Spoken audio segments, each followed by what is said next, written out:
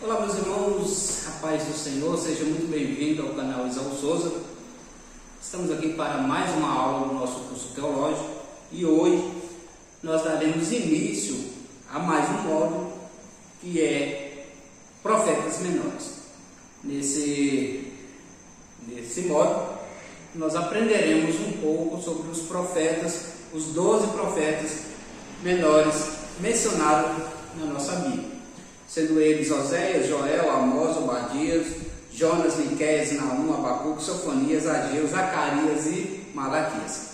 Eu sou Isaú e esse é o canal Isaú Souza e vamos fazer uma oração para nós iniciarmos a nossa aula. Amado Deus e soberano Pai, somos gratos ao Senhor por essa oportunidade, a qual o Senhor nos dera para estar aqui para aprender mais da Tua Palavra. Deus, eu quero ser grato ao Senhor por essa oportunidade, quero ser grato ao Senhor por cada aluno desse curso, quero ser grato ao Senhor por cada pessoa que está assistindo essa aula, seja abençoado, que receba, meu Deus, uma palavra de edificação e que venhamos colocar em prática tudo que tenhamos aprendido do Senhor. Ser conosco, continua conosco, abençoa cada lar onde essa aula está sendo assistida agora, em nome do Teu Filho amado, Jesus Cristo, aquele que morreu e ressuscitou por nós, eu te agradeço. Amém. Então, meus irmãos, profetas menores, nós já falamos sobre isso nos profetas maiores. Qual é a diferença entre profetas maiores e profetas menores? Que fique muito claro que isso não tem a ver com o grau de profecia, porque as profecias dos profetas maiores eram mais fortes, eram pessoas mais poderosas, e isso não tem nada a ver, nós já aprendemos sobre isso. A questão de uns levar o nome de profetas maiores, sendo Isaías, Jeremias, Ezequiel e Daniel, é apenas pelo fato das profecias mencionadas há mais tempo, ter profetizado por mais tempo, e não precisamente pelas profecias deles serem mais importantes do que as dos profetas menores. É só pelo fato de ter profetizado mais tempo. Você pode ver que o capítulo de Isaías, os capítulos de Isaías são 66. Olha a extensão, olha o tamanho do livro de Isaías. Você vai ver que o Ezequiel e Jeremias são livros grandes, né, que estão ali no meio da Bíblia. Já nos profetas menores a gente vê livros menores, livros com poucas profecias ali mencionadas. Então, pouco tempo dos registros, né, que foram menos registros do que os profetas maiores. Então isso aí já fica muito claro, já está resolvido. Então não quer dizer que um era maior e que o outro era menor, mas apenas o tempo de profecia, o tempo que exerceu o ministério profético ali e foram registrados. Hoje nós vamos falar, na verdade nós vamos falar dos 12 profetas, né, como eu já mencionei: Oséias, Joel, Amós, Obadias, Jonas, Miqueias, Naum, Abacuque, Sofonias, Ageu, Zacarias e Malaquias. E nós vamos dividir essas aulas, né, em 5 aulas. Esses 12 profetas nós vamos falar em 5 aulas, sendo que nessa aula de hoje, que é a aula introdutória, nós vamos falar de Oséias e Joel, iniciando aí essa aula. Na segunda aula nós vamos falar de Amós e Obadias. Na terceira aula nós vamos falar de Jonas, Miqueias e Naum. Na quarta aula nós vamos falar de Abacuque, Sofoneu e Ageu. E na quinta aula, finalizando os profetas menores, nós vamos falar de Zacarias e Malaquias, sendo aí os livros dos profetas menores que tem mais capítulos também. Então hoje nós iniciaremos aí uma introdução aos profetas menores e continuamos aí com Oséias e Joel.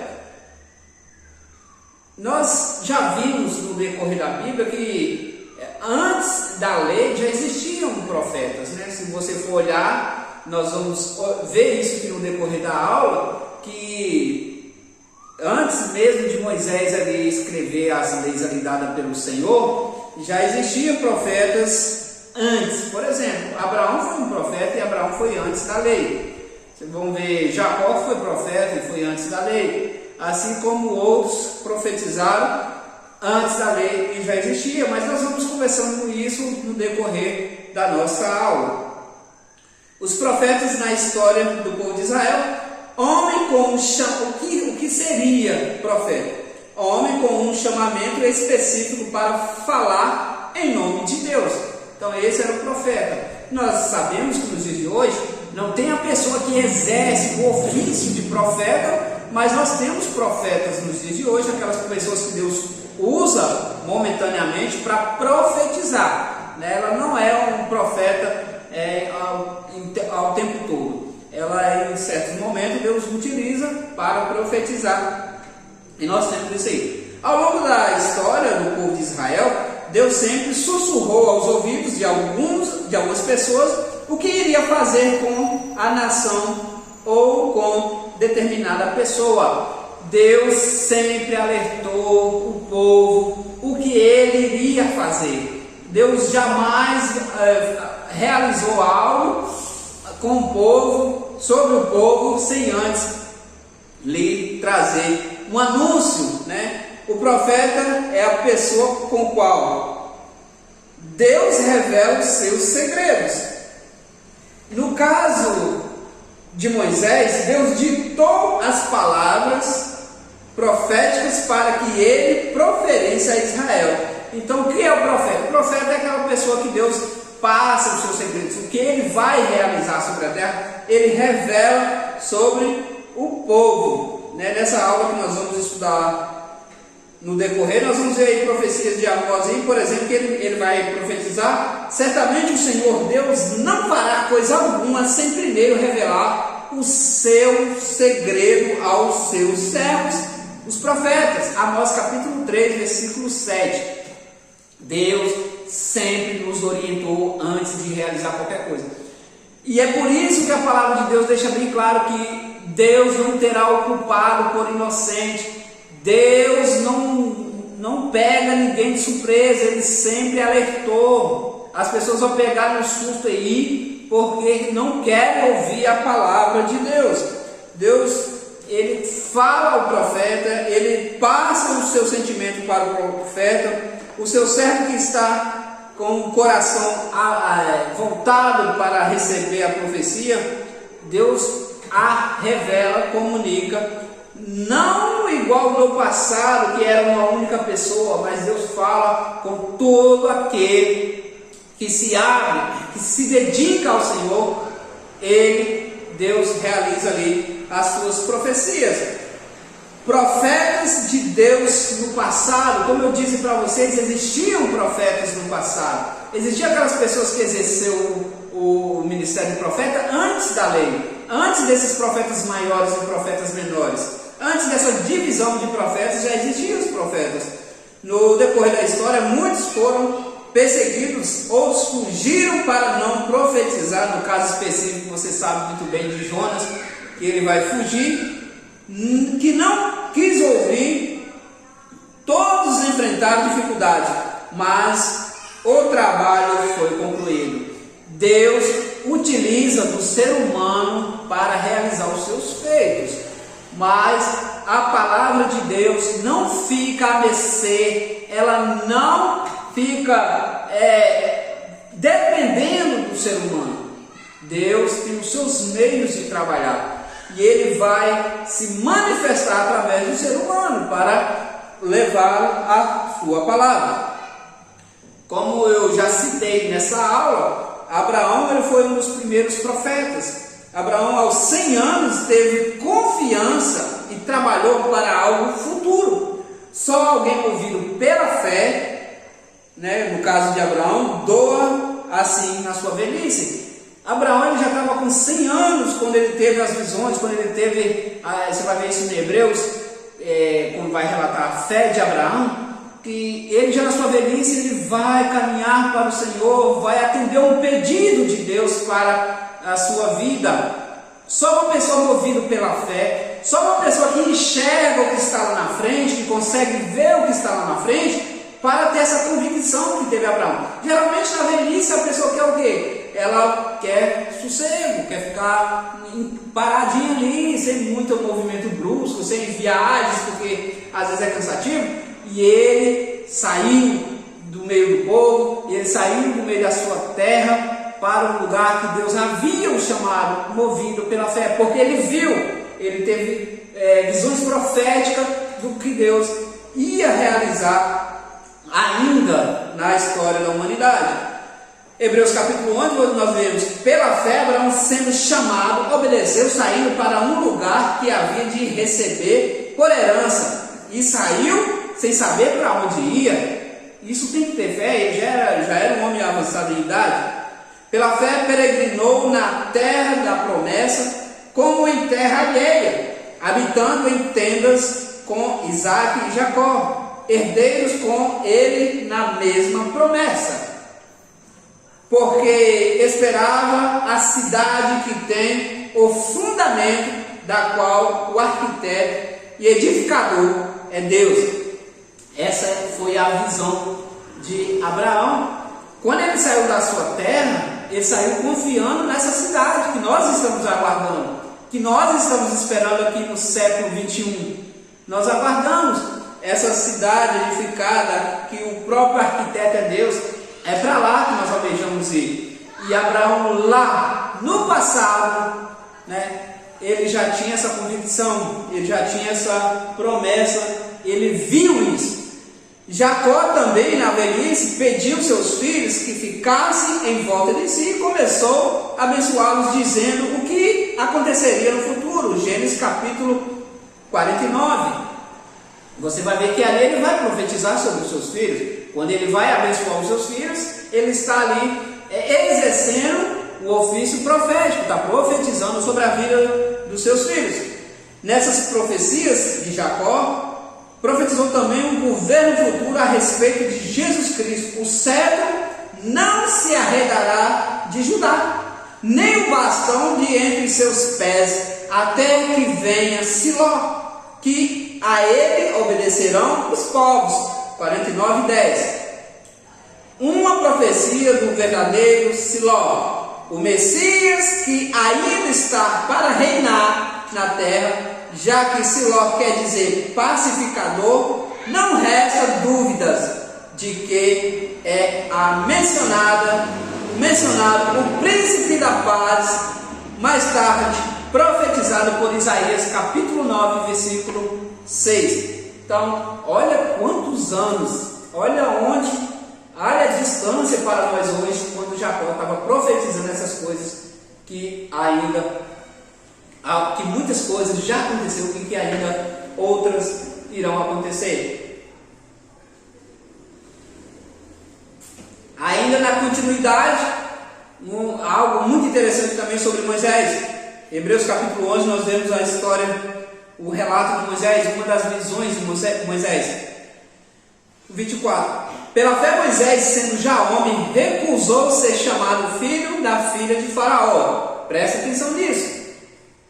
Escolhendo antes ser maltratado como o povo de Deus do que ter por algum tempo o gozo do pecado.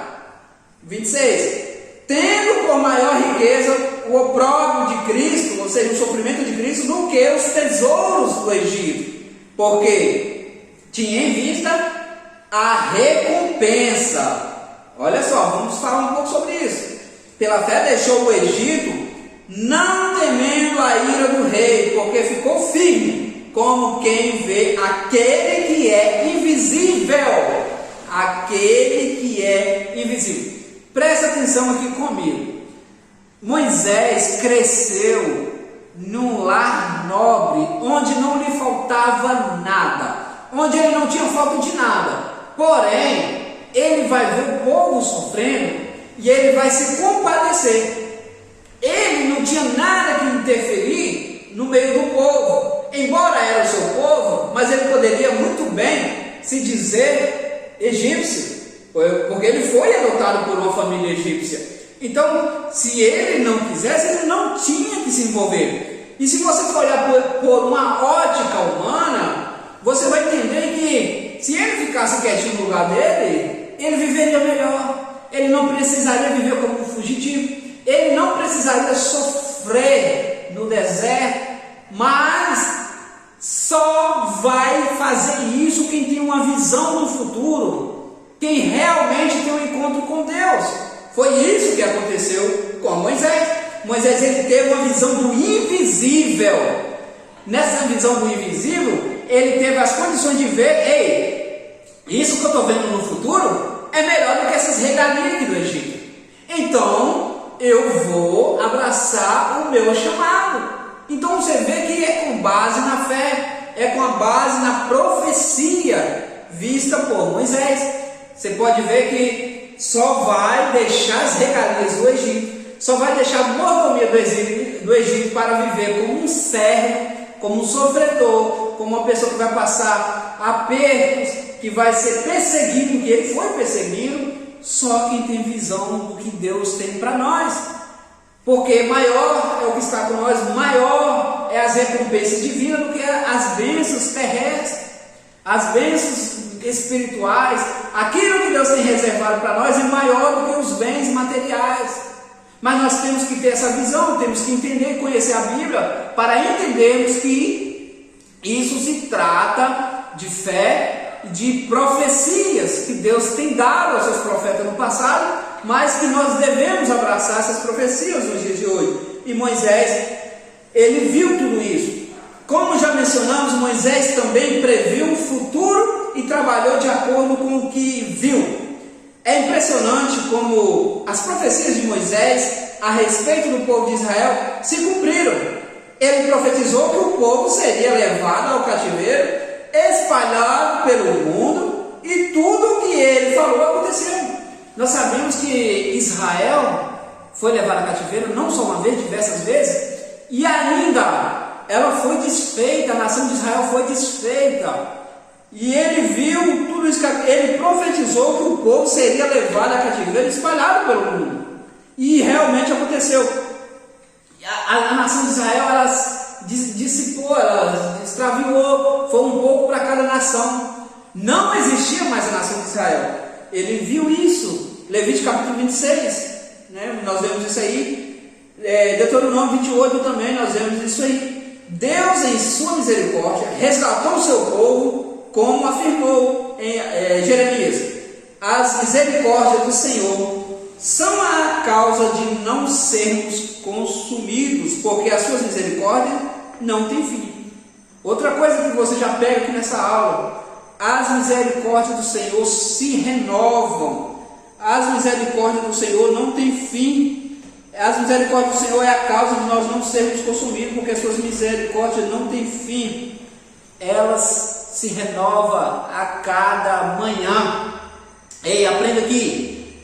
É as misericórdias do Senhor que se renovam a cada manhã, não é a palavra do Senhor. Eu vejo às vezes pregadores falando que a palavra do Senhor, ela é nova todo dia, todo dia ali eu consigo ali ter uma revelação nova, boa, mas que ela renova, não.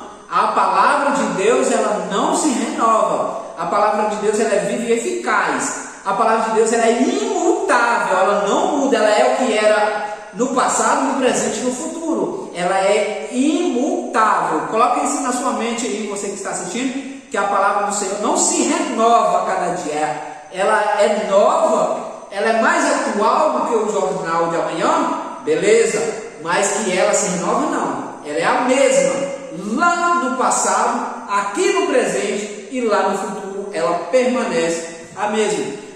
Deus, em sua misericórdia, resgatou o seu povo, como afirmou Jeremias. Eu li para vocês. O Talmud afirma que 3 horas ao dia Deus se assenta para julgar o mundo quando ele vê a humanidade, que a humanidade ela tem que ser, ela merece ser destruída por causa do mal que impera nela. Ele se levanta do seu trono de justiça e se assenta no trono de misericórdia. Isso você vai ver no Talmud.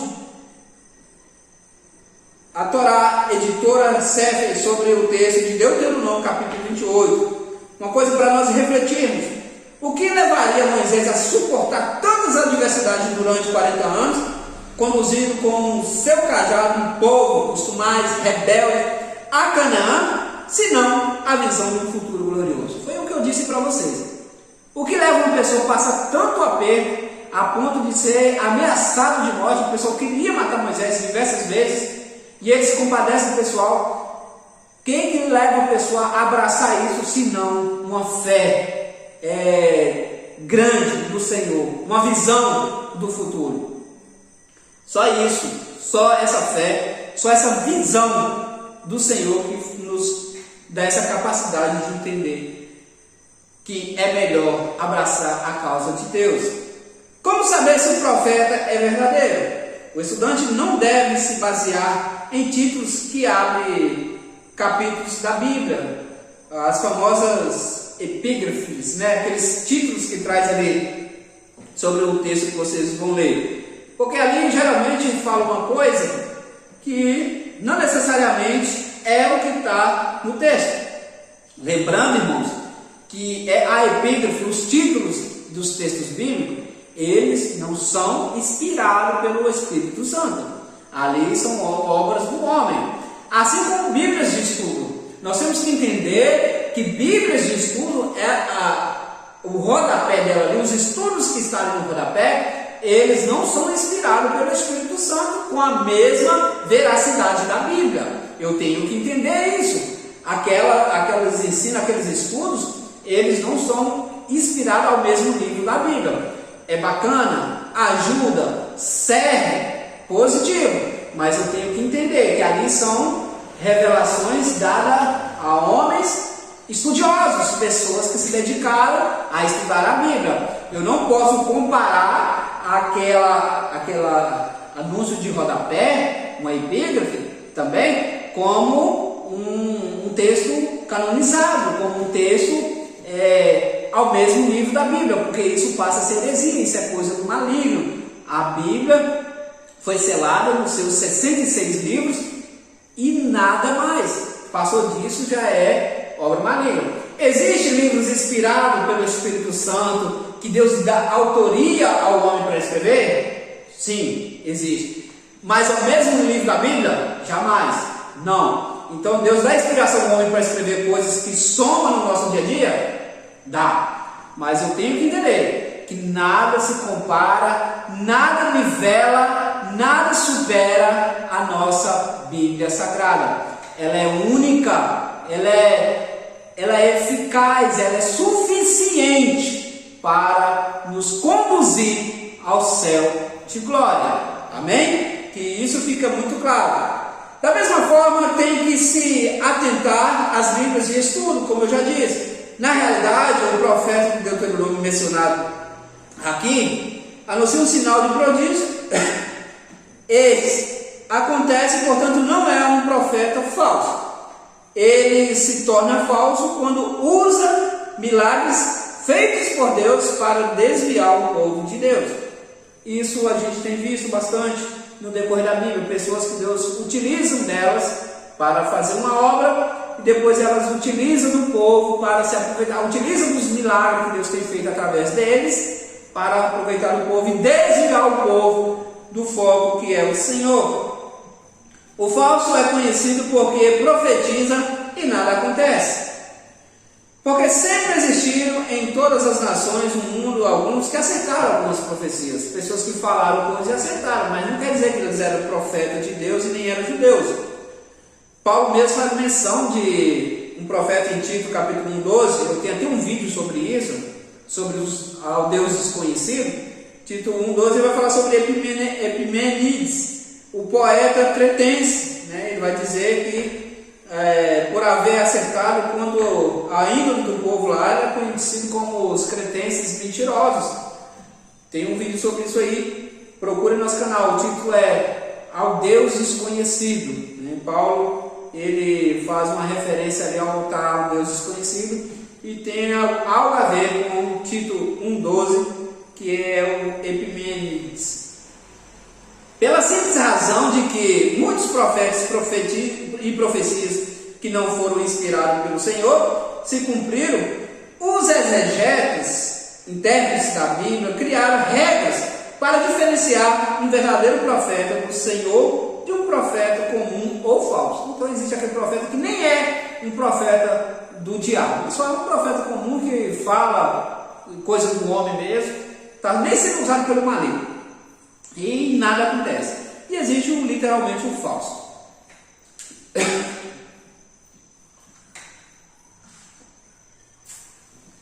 Profetas verdadeiros. O profeta de Deus profetiza desastre, miséria, mas sempre tinha uma palavra de esperança e de restauração. Esse é o trabalho do profeta de Deus.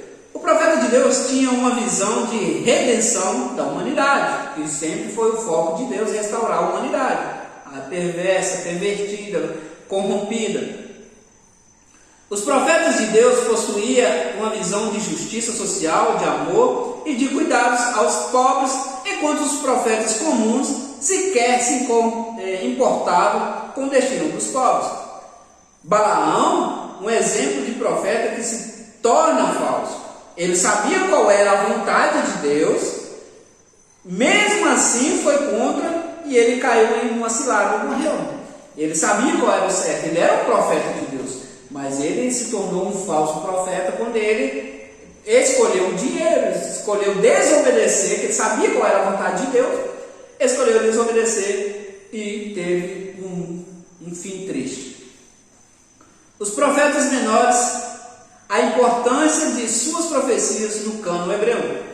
Este grupo de 12 profetas, já sabemos o porquê, né, de 12, nós já explicamos isso aí, não é porque eles é inferior aos profetas maiores, mas pelo tempo ali, né, mas pelos escritos e registros no ministério, o tempo que profetizou literalmente. Esses profetas foram mencionados por Jesus e pelos seus apóstolos também. Nós vemos isso aí, a tradição judaica atribuiu a Esdras quem organizou esses livros. Existem controvérsias quanto à ordem dos livros. Alguns situam Joel no ano 810, Jonas por volta de 810 também, Amós 790, Osés por 784 e etc. Então, eu já expliquei isso aqui para vocês, os nossos alunos, que a Bíblia ela não está montada de uma ordem cronológica, ela está montada de uma ordem, de uma forma lógica. Então, ela não é montada como o primeiro livro escrito. O primeiro livro escrito da Bíblia não está dessa forma. Ela está de ordem lógica, de melhor entendimento. Por exemplo, ela está de Gênesis, porque Gênesis é o quê? Gênesis é o início, Bereshit, no início, no princípio. Por isso é a sequência. E não que Gênesis foi o primeiro livro bíblico a ser escrito. Diga-se de passagem que o primeiro livro do Velho Testamento é Jó. Então você vai ver que Jó está no meio da Bíblia. Mas isso é mais por uma questão lógica e não cronológica.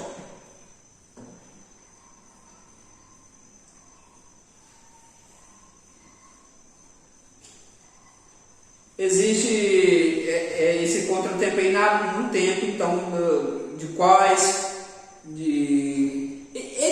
acaba tendo essa dificuldade no ano preciso, né, para dizer certinho quando foi escrito cada livro. Os profetas não ficavam o tempo todo profetizando, faziam em intervalos periódicos. O historiador Flávio José diz que esses 12 profetas menores foram incluídos em um só volume das escrituras por escribas da grande sinagoga nos tempos de Esdras. Esdras foi um grande escriba aí dos textos bíblicos. 9 desses profetas profetizaram antes do cativeiro da Babilônia, e os últimos 3, Ageu, os acaríssimos, Malaquias, depois do retorno dos seus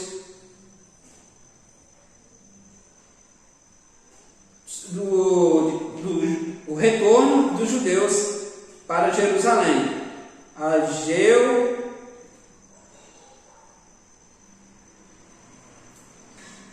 isso aí, Ageu, Zacarias e Malaquias. Ageu, Zacarias e Malaquias, esses aqui depois do retorno dos judeus para Jerusalém.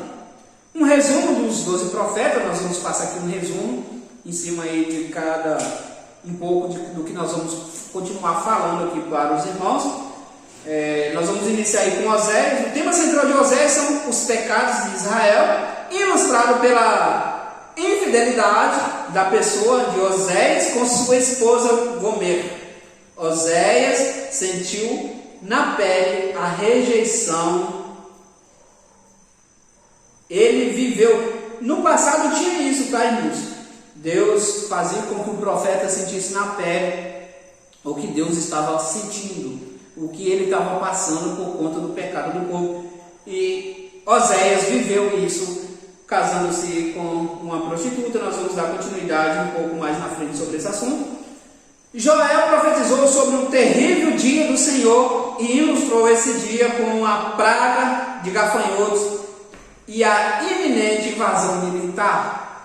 Em Amós, apresenta 8 pronunciamentos de juízo e 5 visões sobre a iminente ruína do povo de Israel.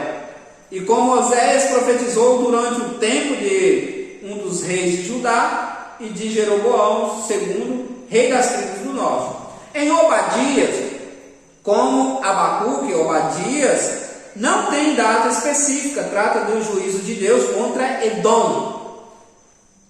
A destruição total dessa nação se dará porque se gloriou com a desgraça de Israel e por ter se recusado de agir como um guardador de seu irmão. Jonas, esse profeta apresenta uma lição de como Deus exerce misericórdia com as pessoas que se arrependem. A palavra de Deus diz que todo aquele que se arrepende, confessa e deixa, alcança misericórdia. Apesar da insistência do profeta em querer que Deus trouxesse juízo, Jonas também não dispõe de uma data específica. Miqueias, o 6º profeta, trata dos pecados de Judá e de Israel e de como Deus retribuirá a eles conforme os seus pecados, promessas pactuais de Deus, lembrando: o juízo será executado, mas por fim haverá perdão e restauração para a nação judaica no futuro reino do Messias. O 7º livro, Naum, prevê a destruição de Nínive 125 anos depois daquela cidade ela havia arrependido diante da pregação de Jonas, retornando aos antigos pecados. Então ela voltou aos pecados, e aqui Naum vai profetizar a destruição de Nínive. Abacuque, o profeta, quer saber por que Deus não julga os opressores. Lembra de Asaf? De Judá, os babilônicos. Deus lhe responde que a nação será invadida, mas Deus o consola, avisando que a Babilônia também sentirão a mão do juízo de Deus. Depois, o profeta lembra os feitos de Deus na história. Abacuque, ele tem um início de uma depressão aqui, porque ele vê o povo que persegue ao povo de Deus, o povo que maltratava o povo de Deus se dando bem, bem parecido com Asaf, que vai ver que quase vai perecer, né? Você vai ver Asaf relatando, por ver o ímpio prosperar. E aqui Abacuque, ele fica revoltado com isso, mas Deus mostra o que aconteceria com eles, com os ímpios, que eles também seriam perseguidos, julgados, todos eles. Todo mundo que persegue a igreja do Senhor, todos que faz maldade contra o povo de Deus, será julgado, será tratado. Mas tem muitos anos isso. Não importa, para Deus não tem questão de tempo. Para Deus é como se estivesse acontecendo naquele momento. Você pode passar 1000 anos, mas vai ser tratado. Sofonias, o 9º profeta, ele fala do juízo de Deus sobre várias nações, inclusive sobre o povo de Judá. O juízo virá sobre Judá e as nações gentílicas, que recusam buscar ao Senhor, num remanescente exultará o Senhor. Então ele fala sobre o juízo de Deus sobre várias nações. Ageu, o profeta, exorta o povo judeu a pensar menos em si mesmo e a dedicar aos recursos para a edificação do templo de Zorobabel. O povo não estava desfrutando das bênçãos por não ter priorizado as coisas de Deus. E isso continua dessa forma. Enquanto você não priorizar as coisas de Deus, a sua vida não vai ser próspera. A sua vida sempre vai andar para trás. Promessa de que a glória do segundo templo será maior que a do primeiro. O povo estava entristecido por ver o templo daquela forma, sendo que eles conheciam o templo, o primeiro templo, e eles viram e entristeceram. Mas o foco maior é a dedicação que o povo tinha com as suas coisas em comum, suas coisas comuns, do que com a obra de Deus, e Deus vai bater nessa tecla com eles. 11. Zacarias é o livro das visões e da reconstrução do templo, sempre relacionados à vinda do Messias. Então, Zacarias já vai ser um tema mais escatológico. Nós vamos falar de umas visões futurísticas.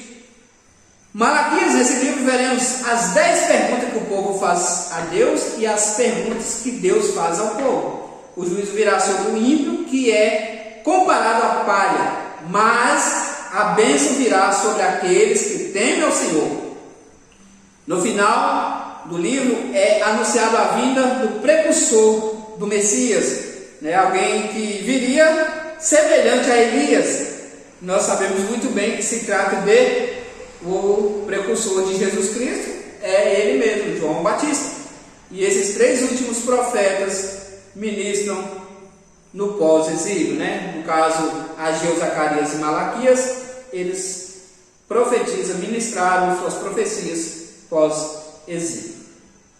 Falando um pouco aí ainda sobre o livro de Oséias, qual é nossa aula de hoje, Oséias e Joel. Fizemos aí uma introdução a todos os profetas. Nós vamos falar um pouco aqui sobre Oséias. O livro do profeta Oséias é o primeiro na colocação dos 12. Oséias tem um estilo direto, ele não tem rodeio. O nome de Oséias quer dizer salvação. Aquele tempo as pessoas eram conhecidas em relação aos pais para distinguir-se de outros. Oséias é identificado como filho de Beeri. No Oséias capítulo 1, nós vamos ver isso aí. Ele era da tribo de Issacar. Oséias profetizou na época do rei Uzias, segundo de Reis capítulo 15, segundo de Crônicas capítulo 26. Jotão, na época de Jotão também, segundo de Reis capítulo 15, segundo de Reis, segundo de Crônicas 27, no tempo de Acaz, segundo de Reis 16, e Crônicas 28, 27, Ezequias também profetizou no tempo de Ezequias, Reis de Judá, segundo de Reis capítulo 18, e de Crônicas 29 a 32. Mas também profetizou durante o reinado de Jeroboão, rei de Israel, segundo de Reis capítulo 14. Oséias profetizou na mesma época que Isaías, Amós e Miqueias, o que dá a Oséias um período de 60 anos de vida profética. Lembrando, como já citei na aula, que eles não profetizavam o tempo todo, Deus levantava eles em tempos, e eles lançavam profecia sobre a nação. Se caso tenha começado o seu ministério com uns 20 anos, então ele deve ter vivido além dos 80 anos de vida.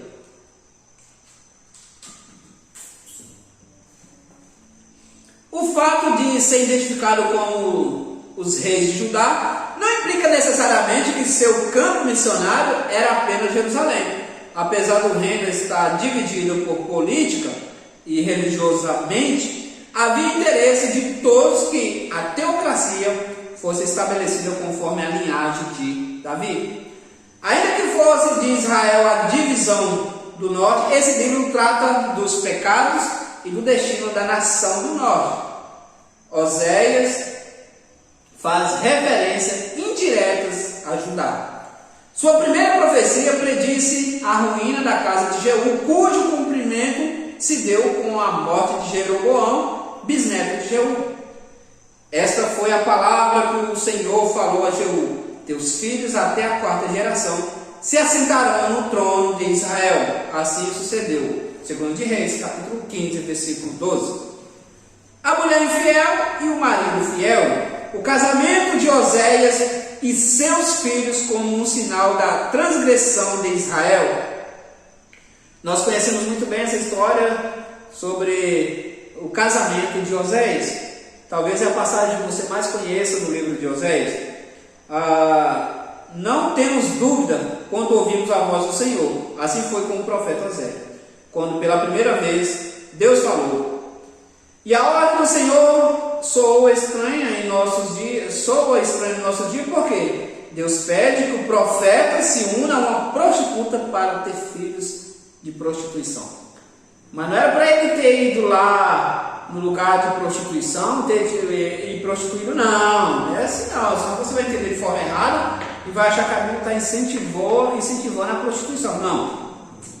Deus mandou Oséias ir lá buscar uma prostituta e casar com ela, comprou ela, tá? Fica muito claro isso aqui, ele comprou, ele não foi lá e prostituiu e teve filhos com ela e estava bacana não. Aquela mulher ia ser a mulher dele, e é isso que aconteceu. Oséias pareceu estranho, mas que Deus queria que Oséias sentisse na pele o que Deus estava sentindo, o que a nação estava fazendo, o nível de pecado que a nação estava cometendo, que estava aborrecendo a Deus.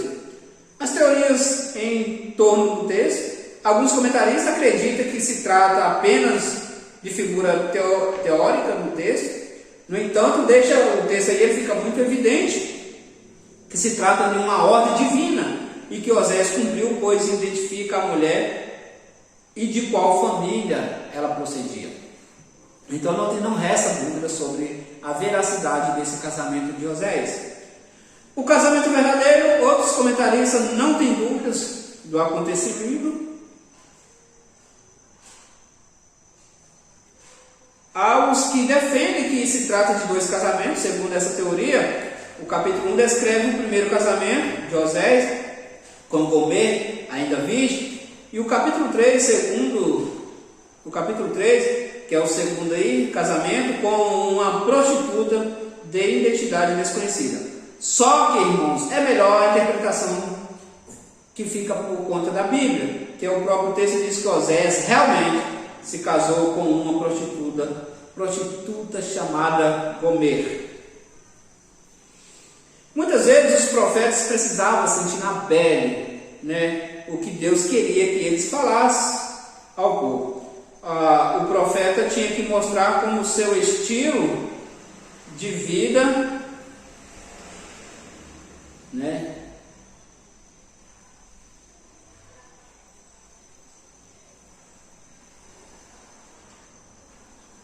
o profeta tinha que mostrar com seu estilo de vida a mensagem divina ao povo. Então,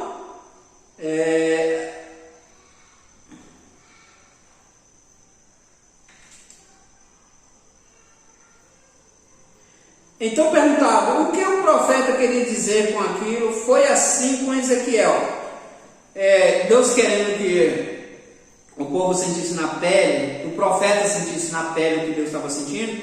Vocês vão ver que, se nós observarmos Ezequiel, ele ficava mudo e só abria a boca quando vinha a ele a palavra de Deus. O Ezequiel 3, capítulo 26. Teve que esculpir uma miniatura de Jerusalém. Vocês lembram? Nós falamos sobre isso nos profetas maiores, quando estudamos o livro de Ezequiel, do profeta Ezequiel. Ele teve que cortar os cabelos e espalhar pelo ar. Teve que deitar sobre o lado esquerdo, depois de o direito, durante certo tempo. E o pior, a esposa de Ezequiel morreu para que o profeta servisse de exemplo. Ezequiel capítulo 24, e a Bíblia relata que ele não pôde, Deus não permitiu que ele chorasse por conta da mulher que tinha morrido. Isaías precisou mandar 3 anos e meio nu, descalço, mostrando a iniquidade de Israel. Essa parte aqui de Ezequiel, nós estudamos sobre isso também, mas vale sempre ressaltar. Isaías andou nu, a Bíblia fala. Irmãos, mas você tem que voltar na história e entender a realidade. Por exemplo, no passado as vestimentas eram diferentes. Então, se a pessoa tivesse só com a parte de baixo, tem razão, mas a Bíblia está falando que era nu, então era nu. Não, a pessoa andar todo despido, sem roupa alguma, sem nada, isso aí é crime. No passado ainda era crime também. Então, se a pessoa estava só com roupa íntima, era considerado nu. Então, não necessariamente que ele ia andar na rua, criando no meio de criança e todo sem veste alguma. Então, ou seja, se ele estava sem as vestes, só com veste de baixo, que era a pessoa se sentir envergonhada só de ser pego com as vestes íntimas, então era nesse sentido que se trata. A lição de Deus ao povo.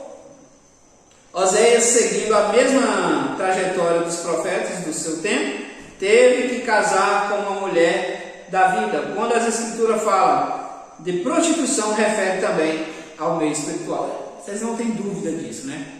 Que quando a Bíblia fala para não adulterarás, esse mandamento não fala só do adultério de físico ali, do adultério ali de uma pessoa que tem um caso extraconjugal. Está falando do relacionamento com Deus, porque a igreja é o quê? É noivo. E nós aprendemos que o noivo, ou a noiva, na Bíblia já era considerado um casamento. Não tinha relações, mas a pessoa que tinha um compromisso de noiva, porque no passado, se fosse pego um homem tendo relação com a mulher e ela não fosse prometida, ele era obrigado a casar com ela. Mas se ela fosse prometida a um outro, então eles eram mortos, porque ela já era prometida, era considerada como casados. E a igreja é a noiva do Cordeiro, é a noiva de Jesus Cristo, então ela é considerada casada, ela já tem um compromisso. Então por isso que a Bíblia fala contra o adultério, contra a prostituição. O povo deixou de adorar a Deus para adorar Baal, o Deus cananita. O primeiro filho de Oséias chamou de Jezreel. Põe o nome de Jezreel porque daqui a pouco castigarei pelo sangue de Jezreel a casa de Jeú. O filho serviria de sinal à casa de Jeú, rei do norte. Seria totalmente eliminado. As 10 tribos do norte seriam exterminadas e levadas a cativeiro. Jezreel era um vale fértil de Israel, também o nome de uma cidade real onde Acabe reinava e situava-se na tribo de Issacar, segundo de Reis capítulo 9. O segundo filho foi uma menina. Deus pôs o nome de desfavorecida, Lo-Ruamá, indicando que Deus desistira da nação do norte, não mais ia favorecer. Põe o nome de desfavorecida. Então esse foi o nome do segundo filho, de Oséias, que foi Lo-Ruamá, que Deus não ia mais favorecer. Com uma ressalva, Deus continuaria se compadecendo de Judá. O terceiro filho chamou não meu povo, Lo-Ami, com uma sentença: vocês não serão mais meu povo, nem serei seu Deus. Que triste isso, né, irmãos? Deus falando que não seria o Deus mais daquele povo. A profecia se cumpriu em parte quando o povo de Judá retornou do cativeiro à Babilônia.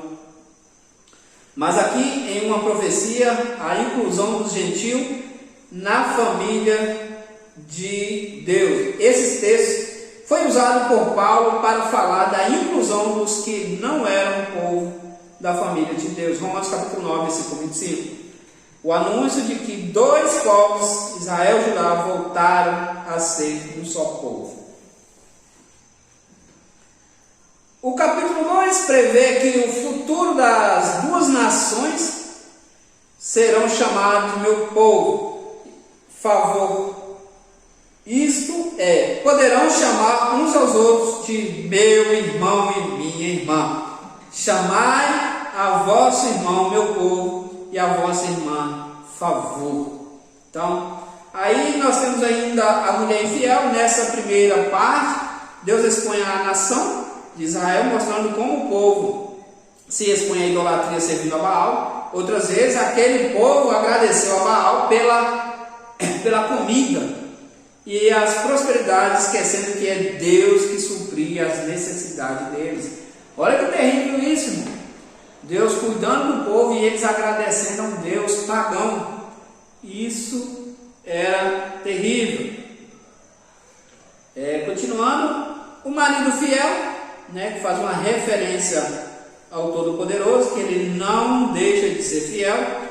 Nesse capítulo, o profeta recebe ordens de amar uma mulher que já era amada, isto é, já tem marido, como esta parábola. Viva o profeta mostra o amor de Deus pelo povo de Israel, apesar desse ser um povo ingrato. O profeta adquiriu a mulher por determinado preço e pediu a ela que esperasse por ele da mesma forma que esperaria por ela. Então ele comprou uma prostituta para casar com ela. Paulo fala de Cristo, amou a igreja e a si mesmo se entregou por ela. Ainda hoje tem igrejas que é semelhante a essa prostituta, que abandona o Senhor, mas ele continua buscando que ela se arrependa para que volte a ter um relacionamento com Deus. Existe, não é generalizando, mas tem igrejas que tem se prostituído, não a igreja do Senhor, mas algumas partes dessa igreja têm se desviado. Então ela tem que voltar. Tem cara de igreja, mas não é igreja. A nação infiel e o Deus fiel. Nos próximos 11 capítulos, o tema ainda é a infidelidade do povo e a fidelidade de Deus, que serão estudados conforme o que nós vamos citar aqui agora. A fidelidade de Israel, do capítulo 4 ao 6, e os capítulos 6, 4 e 6 formam um só bloco que serão vistos. A acusação formal, a terra de Israel está contaminada. Interessante como existe uma íntima relação entre pecado e desequilíbrio ecológico nas Escrituras. Quando o povo transgride as leis de Deus, a natureza é afetada. Irmãos, isso aqui, não tenha dúvida disso aqui.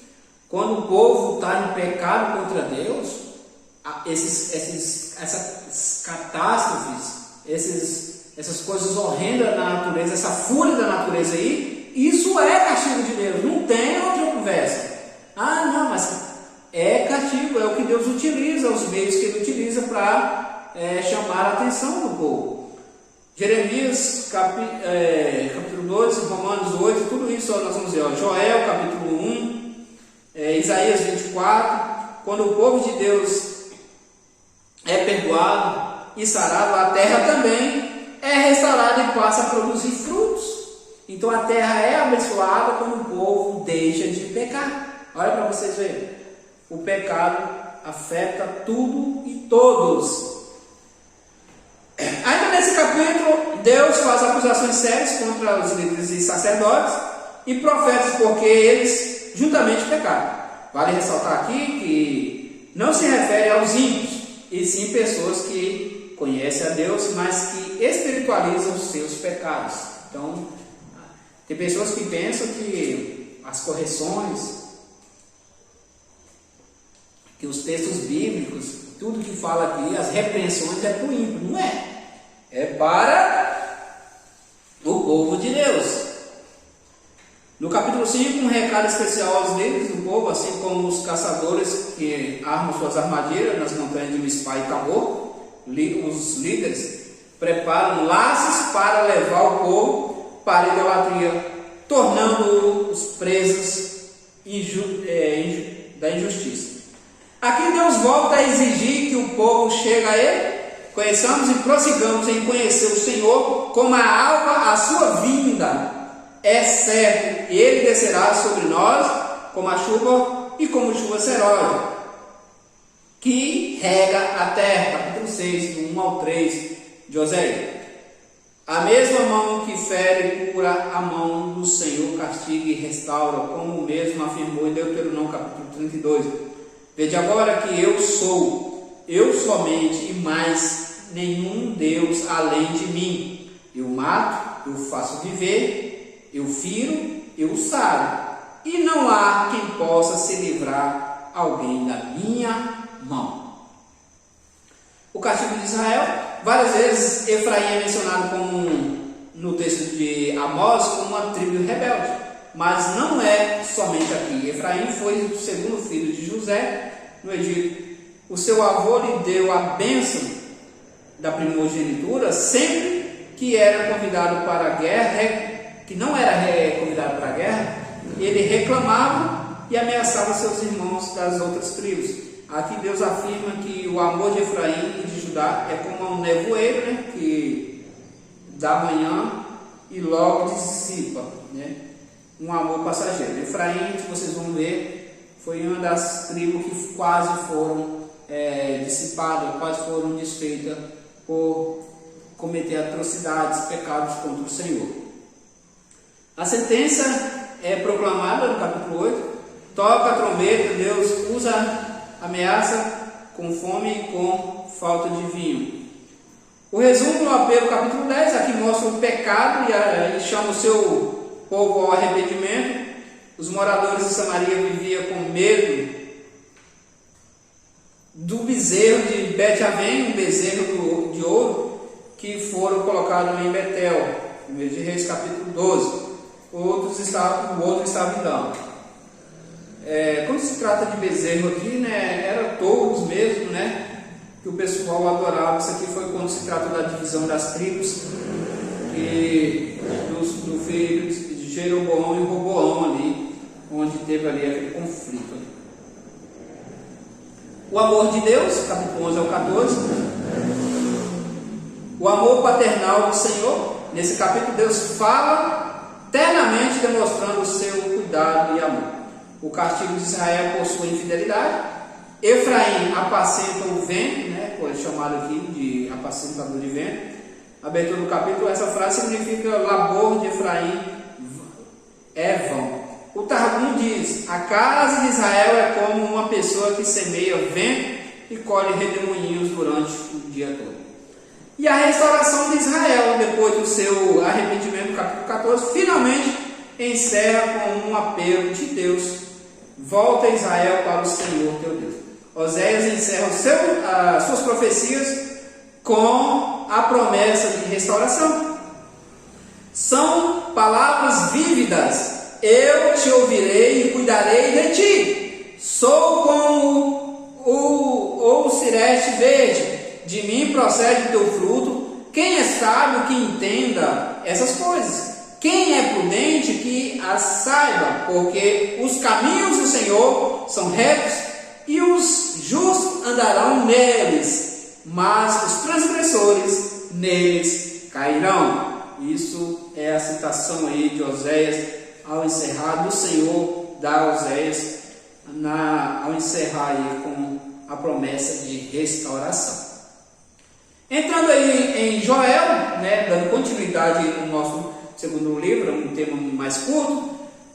Joel, o que se sabe ao certo na época que profetizou, pelo fato do livro ser endereçado aos anciões, Joel capítulo 1 e 2. Alguns comentaristas acreditam que foi uma época em que não havia rei em Israel, especificamente depois da queda de Jerusalém, ou ainda quando o futuro rei Joás era ainda muito criança e subiu ao trono com 7 anos de idade, segundo Reis capítulo 11. Não deve ter sido durante o período do exílio, pois o sistema sacrificial ainda existia. Joel capítulo 1 e 9.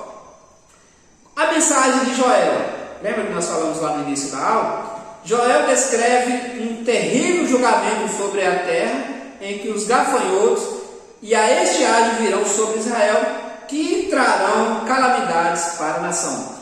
Nós falamos um pouco aí no livro de Oséias também sobre quando Deus quer castigar o povo, ele usa dos meios da natureza. Às vezes ele nem precisa de uma nação para perseguir outra nação. Ele utiliza da ecologia, da natureza, ali, do que tiver ali, ele utiliza para...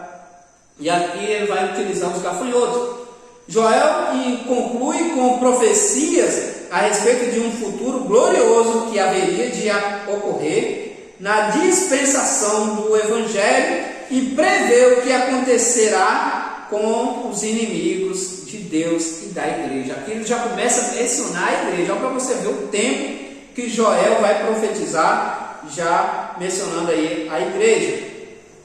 A profecia mais importante de Joel foi citada pelo apóstolo Pedro em relação à descida do Espírito Santo no dia de Pentecostes sobre os discípulos de Jesus. Joel previu com muita antecedência a vinda do Espírito e Pedro soube encaixar, no momento certo ali, que Joel predisse como um anúncio da descida do Espírito Santo de Deus sobre toda a carne. Joel capítulo 2, versículo 28 e Atos capítulo 2, versículo 14 ao 21, Romanos 10 e 12.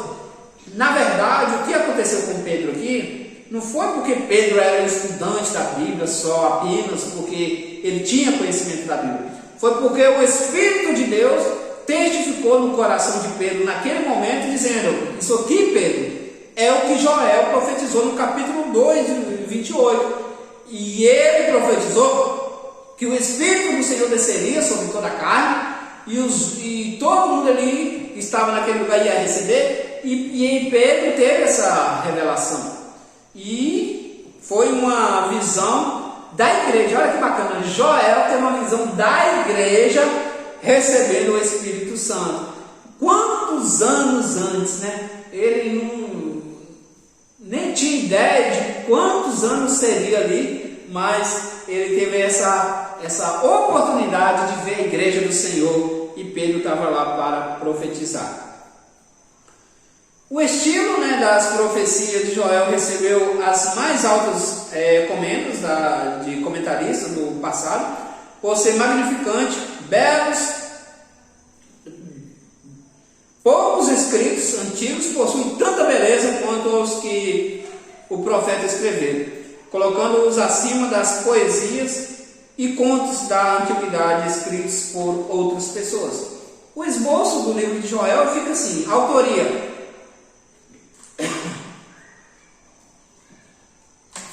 Não resta dúvida, né, que foi Joel. Vocês vão ver isso aí, que o autor tenha sido o próprio. Tal verdade do versículo 1, palavra do Senhor que foi dirigida ao filho de Petuel. Então, não tem dúvida. Exemplo, aqui é um convite à lamentação e à oração que o Senhor ensina aqui em outros profetas. Devem ser repetidos aos filhos para que sejam beneficiados com graça de Deus, sem que seja preciso passar pelas mesmas angústias ou privações que os pais passaram. Eu sempre vou dizer que o que aprende com os erros, ele é inteligente, mas o que aprende com erros dos outros, ele é sábio. E a palavra de Deus sempre nos orientou para nós aprendermos com os homens do passado, com os povos do passado, para nós não cairmos nos mesmos erros. E a Bíblia nos orienta para que nós tenhamos isso em mente. A praga. Por isso, o homem deveria temer o que acontece com um Deus irado, que pode facilmente convocar o seu exército, seja lá de insetos, seja lá do que for, e de seres criados para lidar com os humanos, no caso aqui, uma praga de gafanhotos. Então, quando Deus quer fazer, Ele faz, simplesmente Ele faz. A vontade de Deus, apesar de toda a tecnologia, se Deus decidir enviar fome, Ele apenas corta o ciclo das chuvas e a semente morre debaixo dos torrões. As folhas das árvores murcham, o fruto mirra, o pé ali mesmo, e todos os bens passageiros desaparecem e seca. E épocas de fome são sinais de que um homem não está bem com Deus. Deuteronômio capítulo 28. Então a gente tem que entender que quando Deus se enfurece, vem castigo. Então uma nação obediente, ela tem o melhor. Se eu honrar e bendizer, eu comerei o melhor dessa terra. Se eu honrar e bendizer, e obedecer, se eu honrar e obedecer, eu comerei o melhor dessa terra. Judá recebe a confirmação da chegada do dia do Senhor, no capítulo 2.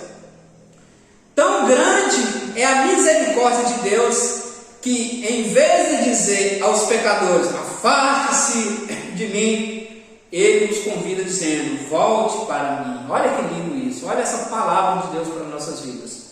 Ele nos convida a se aproximar dele. Cada crente deve guardar e orar com expectativa para ser cheio do Espírito Santo, pois Pedro interpreta as palavras de Joel e acrescentou, pois para vós outros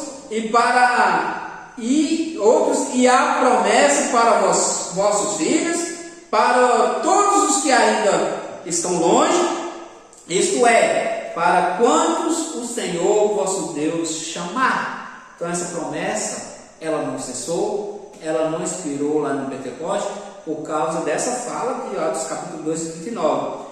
Pois para vós outros, a promessa para os nossos filhos, para todos que ainda estão longe, que ainda vai chegar e vai receber o Espírito Santo em nome de Jesus, e todos que estão longe, e quantos o Senhor chamar. Quantos o Senhor chamar, vai receber. Atos capítulo 2, versículo 39. A vinda do dia do Senhor, no capítulo 3, existe um tempo em que Deus chamará para a prestação de contas todos os que perseguiram, injuriaram o povo de Deus, o dia do Senhor. E lembrando que o dia do Senhor nunca é um dia de alegria, um dia de coisas boas, não. O dia do Senhor é o dia de prestação de contas. E um dia, como nós já falamos depois da aula, Deus chamará as nações e elas prestarão conta de tudo quanto tem feito. Meus irmãos, aqui nós concluímos a nossa aula. Falamos aí um pouco sobre Oséias e Joel. Não dá para detalhar muita coisa, porque o tempo é curto, mas leia os livros e deixa Deus falar contigo através da palavra, através das revelações que Ele tem para nos passar, através da palavra de Deus. Deus abençoe e até a nossa próxima aula.